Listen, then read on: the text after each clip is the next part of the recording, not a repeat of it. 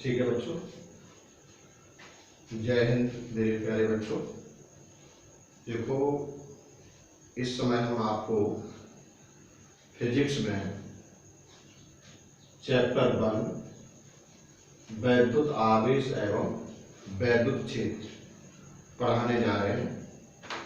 सभी लोग अपनी अपनी कॉपी और पेन निकाल, ठीक है ना? सब लोग अपनी कॉपी निकालो, पेन निकालो, ठीक। और उसका जो टॉपिक है वो है आपका वैद्युत आवेश, इलेक्ट्रिक चार्ज। ये वैद्युत आवेश क्या होता है, इसको हम लोग पहले समझें, ठीक है ना?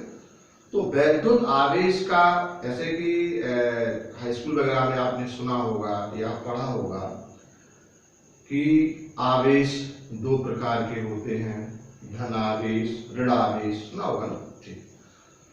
तो हम हम यहाँ पर ये बात को सीखेंगे, क्लियर करेंगे कि वैद्युत आवेश क्या है, ठीक है?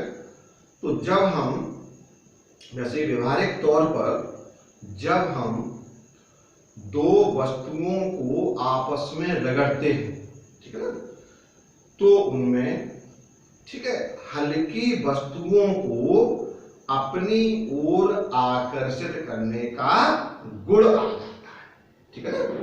जब जैसे मान लीजिएगा हमारे सूखे बाल हैं और एक कंघी ले ऐसे करके, और सूखे बालों से यदि हम कंघी को रगड़ें, ठीक है ना, सूखे बाल ले लें और सूखे बालों को यदि हम कंघी से रगड़ें, तो हम देखते हैं कि जो है वो कंघी जो है कागज के हल्के हल्के टुकड़ों को ऐसे करके, ठीक है ना, अपनी ओर आकर्षित करने लगती है, ठीक है ना? तो जब हम दो वस्तुओं को आपस में रगड़ते हैं तो उनमें अन्य हल्की वस्तुओं के आकर्षित करने का गुण आ जाता है, इन्हें आकर्षित करने लगती हैं। तो जब वस्तुओं में अन्य हल्की वस्तुओं के आकर्षित करने का गुण आ जाता है तो हम कहते हैं कि वस्तु विद्युतमय हो गई, ठीक है ना? वस्तु जो है विद्युतमय कब हुई? जब उसमें अन्य हल्की, ठीक है, वस्तुओं को अपनी ओर आकर्षित करने का गुण आ जाता है। तो जब वस्तुओं में ऐसा गुण आ जाता है तो हम कहते हैं वस्तु विद्युतमय हो गई। इस प्रकार किसी वस्तु के विद्युतमय हो जाने की घटना को वैद्युत आवेश कहते हैं, ठीक है ना? किसी वस्तु के वैद्युतमय हो जाने की घटना को वैद्युत आवेश कहते हैं, ठीक है? अब इसको आप लोग लिखना चाहो नोट कर लीजिए, ठीक है? कॉपी है, पेन है, उसको लिख लीजिए, लिखो, डालो हेडिंग वैद्युत आवेश, ठीक? देखो, जब हम दो वस्तुओं को आपस में रगड़ते हैं, ठीक, तो वह अन्य हल्की वस्तुओं को अपनी ओर आकर्षित करने लगती हैं। वस्तुओं के इस गुण के आ जाने पर विद्युतमय कहलाती हैं, विद्युतमय कहलाती हैं। इस प्रकार किसी वस्तु की विद्युतमय हो जाने की घटना को वैद्युत आवेश कहते हैं, ठीक है? इस प्रकार किसी वस्तु के वैद्युतमय हो जाने की घटना को वैद्युत आवेश कहते हैं। क्लियर, नोट कर लिया। अब देखो आवेश, आवेश दो प्रकार के होते हैं, ठीक है ना, तो होते कैसे हैं इस बात को समझिए।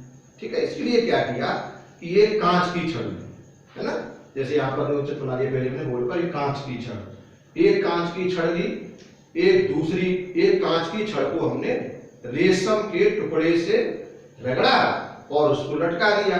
इसी प्रकार से हमने एक दूसरी कांच की छड़ ली और उसको भी हमने रेशम के टुकड़े से रगड़कर लटका दिया। तो ये देखो, ये दोनों एक त्रिछी बनी हुई है। क्यों बनी हुई है? ये दोनों के बीच एक प्रतिकर्षण बल कार्य कर रहा है, ये दूर दूर भाग रहे। इसी प्रकार से हमने एक एबोनाइट की छड़ को बिल्ली की खाल से रगड़ा, एबोनाइट की छड़ को, तो उनको भी लटका दिया हमने। पहले एक छड़ को लटकाया, फिर दूसरी को लटकाया, तो इन दोनों के बीच भी एक प्रतिकर्षण बल कार्य कर रहा है। ये हमने प्रैक्टिकल किया। जैसे लिखा है धन, धन, ये मुझे पता नहीं ये धन है भी इस पर कि नहीं है, इस पर ऋण है कि नहीं भी है, ये बात आपको बाद में मालूम पड़ेगी। पहले ये बात आई कि हमने कांच की छड़ को जब बिल्ली की खाल से रेशम के टुकड़े से रगड़ा, दो छड़ों को अलग अलग और उनको लटका दिया पास पास, तो इनके बीच एक प्रतिकर्षण बल कार्य करता है। ऐसे ही एबोनाइट की छड़ों के बीच एक प्रतिकर्षण बल कार्य करता है। और जब हमने एक कांच की छड़ और एक एबोनाइट की छड़ को लटका दिया है ना, ये क्या है कांच की छड़, ये क्या है एबोनाइट की छड़, जब इन दोनों लटका दिया तो इनके बीच एक आकर्षण बल कार्य करता है। देखा आपने कि देखो यहाँ पर ये कांच की छड़, ठीक, ये एबोनाइट की छड़, तो इन पे समान प्रकार का आवेश है, तो कैसा कर रहा है? प्रतिकर्षण बल कार्य कर रहा है। समान प्रकार का आवेश है तो प्रतिकर्षण बल कार्य कर रहा है। विपरीत प्रकार का आवेश है तो आकर्षण बल कार्य कर रहा है। तो यहाँ पर एक बात स्पष्ट हुई कि समान आवेशित वस्तुओं के बीच एक प्रतिकर्षण बल कार्य करेगा। ठीक है, ये समान आवेश है, ये भी समान आवेश है, और विपरीत आवेशित वस्तुओं के बीच एक कैसा बल करेगा? आकर्षण बल कार्य करेगा। ठीक है, तो इस प्रकार से जब ये प्रैक्टिकल किया गया, जब ये प्रयोग किया गया, तो एक फ्रैंकलिन ने ये बताया, फ्रैंकलिन ने ये सोचा कि जब ये जो है ये दो प्रकार के बल कार्य कर रहे हैं, यानी ये एक बल कौन सा आपका? प्रतिकर्षण बल, ठीक है ना, एक बल कौन सा आपका? आकर्षण बल। यानी अगर दो प्रकार के वैद्युत बल हैं तो दो प्रकार का आवेश भी होना चाहिए। जब दो प्रकार का वैद्युत बल है तो दो प्रकार का आवेश भी होना चाहिए, ठीक है ना। तो इस प्रकार से फ्रैंकलिन, देखो ये बात फ्रैंकलिन ने बताई थी कि जो कांच की जो छड़ है उस पर धनावेश और एबोनाइट की छड़ पर ऋण आवेश। वो कैसे बताई? उन्होंने कहा कि जब हमने देखा कि जो है इन दोनों छड़ों के बीच दो बल कार्य कर रहे हैं, एक प्रतिकर्षण बल कार्य कर रहा है और एक आकर्षण बल कार्य कर रहा है। इसका मतलब जब दो प्रकार के बल कार्य कर रहे हैं, इसका मतलब दो प्रकार के आवेश भी होना चाहिए। अतः फ्रैंकलिन ने ये कहा कि जो पहली प्रकार की छड़ थी उस पर कैसा आवेश होना चाहिए? धन आवेश। जो दूसरे प्रकार की छड़ उस पर कैसा आवेश होना चाहिए? ऋण आवेश। फिर समझ लो, फ्रैंकलिन ने कहा कि जो पहले प्रकार की छड़ थी उस पर कैसा आवेश होगा? धनावेश।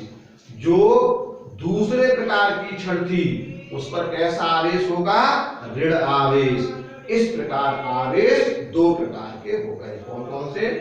नंबर एक धन आवेश, ठीक है, नंबर दो ऋण आवेश, ठीक है। इस प्रकार से आवेश हमारे दो प्रकार के हो गए। ये आपका वीडियो का ये पार्ट 1 है इसका। अच्छा, ये पार्ट 1 है और इसका पार्ट 2 अगले वीडियो में दे देंगे आपको, ठीक है। ये पार्ट 1 आप इसको नोट करिए, अच्छा ठीक।